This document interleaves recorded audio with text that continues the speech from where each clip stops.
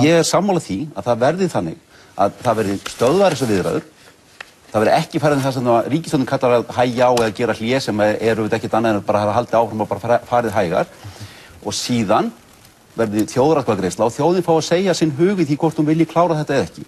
Og ef það er þannig að þjóðin segir já við því, þá eru allir menn og allir flokkar bundnir af þeirri niðurstöðu. Fyrst og síðast snýst þetta það að Sjálfstæðisflokkurinn telur hagsmunum sínum okkar þjóðar ekki best vera borgin en Evrópusambandsins.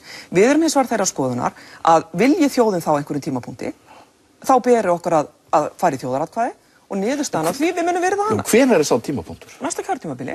Að sjálfsögðu mun Sjálfstæðisflokkurinn standa við það að þjóðin fær að ákveða það hvort það verður gengið lengra í þessu máli. Það er þjóðarinnar en ekki einstakar stjórnmálamanna. Það sem að mér þykir mestu máli skipta er að þjóðin fái að greiða það atkvæði hvort að þessu verði haldið áfram eða ekki og ég treysti þjóðinu til þess að taka upplýsta ákvörðun vegna þess hversu mikið ágreiningsmál þetta er á milli flokka, milli þjóðarinnar, milli landsbyggðar og höfuðborgar. Þetta fer í gegnum fjölskyldur.